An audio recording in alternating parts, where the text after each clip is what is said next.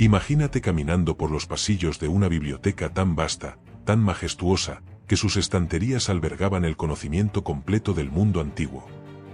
Pergaminos escritos a mano con ideas que habrían podido cambiar la historia de la humanidad. Te detienes, respiras el aire cargado de tinta, polvo y tiempo. Escuchas los pasos de filósofos, sabios y traductores que han venido desde los rincones más lejanos del planeta para estudiar allí, en ese templo del saber, la Biblioteca de Alejandría. Hoy, no queda ni una piedra. Y la pregunta persiste, ¿qué sabiduría se perdió con su destrucción? Durante siglos, la Biblioteca de Alejandría ha sido símbolo de un enigma que se resiste a desvelarse. Se dice que contenía más de 400.000 manuscritos, tal vez hasta 700.000. Textos científicos de Babilonia, conocimientos médicos de la India, tratados filosóficos griegos, documentos egipcios, mapas del mundo antiguo, todo concentrado en un solo lugar. Pero un día, todo desapareció. Como si el fuego no solo hubiese consumido papel, sino también una parte del alma de la humanidad. ¿Fue un accidente? ¿Fue un acto deliberado? ¿Quién fue el responsable? Y lo más importante, ¿qué es lo que realmente se perdió allí? Hoy vamos a sumergirnos en uno de los mayores misterios de la historia.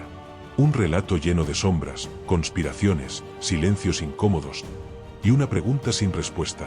¿Qué secretos del pasado podrían haber cambiado nuestro presente para siempre? Para entender qué se perdió, primero debemos entender qué fue realmente la Biblioteca de Alejandría.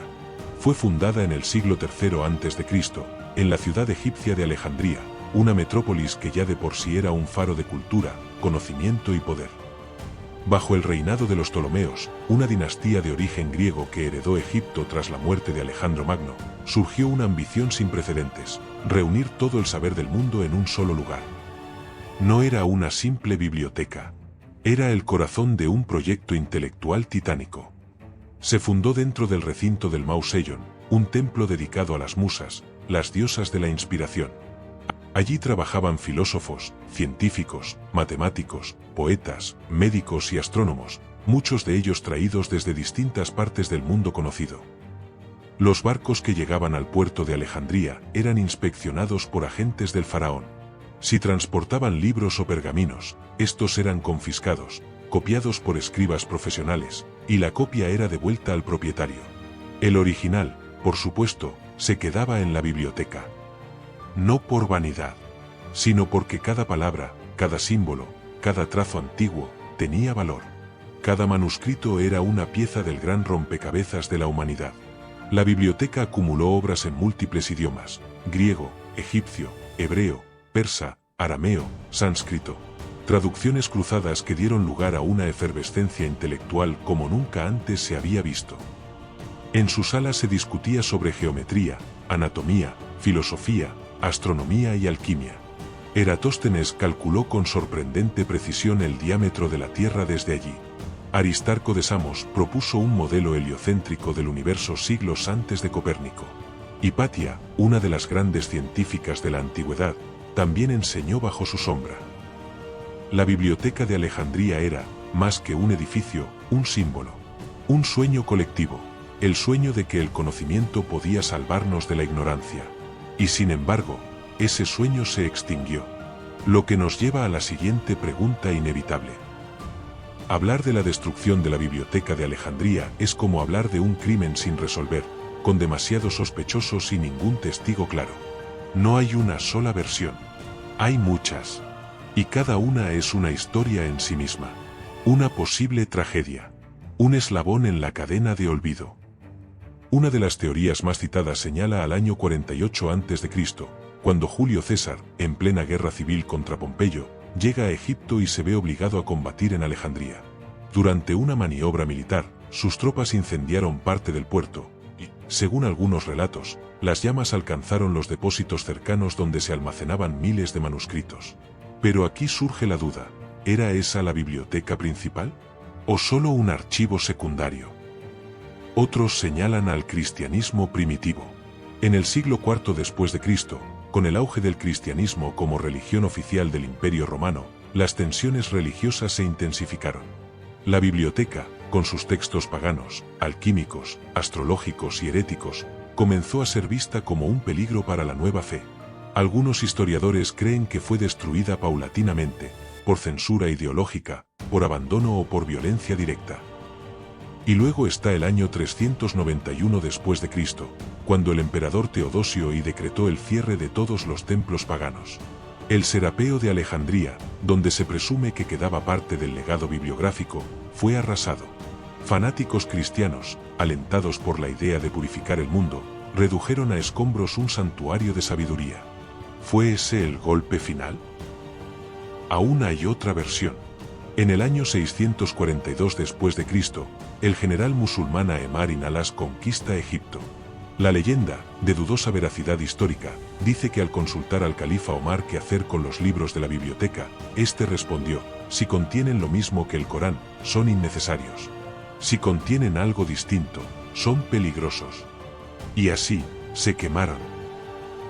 Según esta historia, los manuscritos fueron utilizados como combustible para los baños públicos durante 6 meses. ¿Es cierto? ¿O es solo una invención posterior para explicar lo inexplicable? La verdad, quizás, está fragmentada entre todas estas versiones. O tal vez, en ninguna. Lo que sí sabemos es que no fue un solo acto, sino una pérdida acumulada. Un olvido gota a gota. Un incendio lento. El conocimiento no desapareció en una sola noche, sino a lo largo de siglos. Y eso es, quizá, lo más inquietante. Imagina por un momento que pudiéramos abrir las puertas de la biblioteca de Alejandría hoy. No solo veríamos estanterías infinitas llenas de papiros, pergaminos y códices. Veríamos otra versión del mundo. Una humanidad diferente. Una línea de tiempo alternativa. Porque la gran pregunta no es solo cuándo se destruyó la biblioteca, sino qué contenía y qué significaba para nosotros. Algunos estudiosos creen que en sus estantes podrían haberse guardado obras completas de sabios que hoy solo conocemos por menciones fragmentarias. Pensemos en Heráclito, en Anaximandro, en Hipatia, en Demócrito, cuyo pensamiento llegó a nosotros como un eco. ¿Y si sus obras completas estaban allí? Y luego está el mayor enigma: los conocimientos perdidos que podrían haber revolucionado la historia siglos antes de lo que ocurrió. Textos científicos griegos y egipcios que tal vez contenían principios de mecánica, óptica, matemáticas avanzadas. Se dice que Arquímedes ya hablaba de conceptos cercanos al cálculo integral. ¿Cuánto antes podríamos haber desarrollado la ciencia moderna si esa información no se hubiera esfumado? ¿Y qué decir de las culturas de Oriente? La biblioteca recibía obras de Persia, India, Babilonia, Mesopotamia, registros de astronomía, medicina, filosofía y espiritualidad que hoy apenas conocemos por traducciones tardías. ¿Cuántos tratados sobre el cuerpo, la mente y el cosmos se perdieron entre cenizas? Incluso se habla de que allí pudo haber registros de civilizaciones aún más antiguas, de fuentes egipcias que narraban orígenes mitológicos del mundo, de tecnologías que no comprendemos. Podría haber habido conocimiento sobre energías, geometrías sagradas, incluso cartografía de lugares hoy olvidados. ¿Y qué hay de los mitos? De las leyendas que los griegos tomaron prestadas de otras culturas. Quizá, en Alejandría, había una síntesis del pensamiento antiguo, textos que conectaban la Atlántida con Sumeria, los dioses con los astros, el alma con el universo. Tal vez nunca lo sabremos. Pero al imaginarlo, no solo lamentamos lo perdido. También comprendemos lo que significó esa biblioteca, un símbolo de que el conocimiento podía ser universal, compartido, cuidado y celebrado como el mayor tesoro de la humanidad. Y por eso, más allá de su destrucción física, su verdadera pérdida fue simbólica. Una advertencia silenciosa de lo que ocurre cuando el poder, la ignorancia y el fanatismo pisan el conocimiento. La biblioteca de Alejandría no solo desapareció entre llamas y saqueos. Desapareció también entre silencios. Entre decisiones políticas, guerras de poder y desinterés por lo intangible. Y en esa desaparición, el mundo cambió para siempre. Pero aquí estamos, siglos después, aún preguntándonos qué había allí. ¿Por qué se permitió que algo tan sagrado como el conocimiento fuera tratado como moneda de poder, como algo prescindible? Y esa pregunta nos conduce a otra más incómoda. ¿Estamos hoy cuidando nuestro propio conocimiento? Vivimos en la era de la información. En teoría, el sueño de la Biblioteca de Alejandría debería estar más vivo que nunca. Hoy podemos acceder a millones de libros, archivos, vídeos y artículos desde un dispositivo que cabe en un bolsillo. Pero, ¿acaso lo hacemos? ¿Realmente estamos construyendo una nueva Alejandría, o estamos creando otro laberinto donde el ruido tapa la sabiduría? Porque el verdadero peligro no es que alguien destruya los libros, sino que dejemos de leerlos, que dejemos de cuestionar, de pensar, de buscar. Y aquí está el eco más profundo de aquella biblioteca. Su destrucción nos recuerda que el conocimiento no es eterno por sí mismo. Hay que cuidarlo, hay que transmitirlo, hay que protegerlo como uno protegería a un hijo o a un recuerdo sagrado. Hoy, cada vez que eliges aprender algo nuevo, cada vez que escuchas con atención una historia olvidada, cada vez que compartes una idea que ilumina, estás, en cierto modo, reconstruyendo esa biblioteca. No entre muros de mármol, sino en la mente y el corazón humano. Tal vez la Biblioteca de Alejandría no esté tan perdida como creemos. Tal vez, en cada intento por comprender el pasado, en cada pregunta que nos hacemos frente a las ruinas de la historia, ella vuelve a encenderse, como una llama que nunca terminó de apagarse. Si esta historia te hizo pensar, reflexionar o imaginar lo que pudo haber sido, te invito a suscribirte al canal. Aquí exploramos no solo el pasado, sino también lo que ese pasado sigue diciendo sobre nosotros. Porque la historia no está muerta. Solo está esperando que alguien la escuche. Nos vemos en el próximo capítulo, donde una nueva pregunta del pasado nos volverá a desafiar.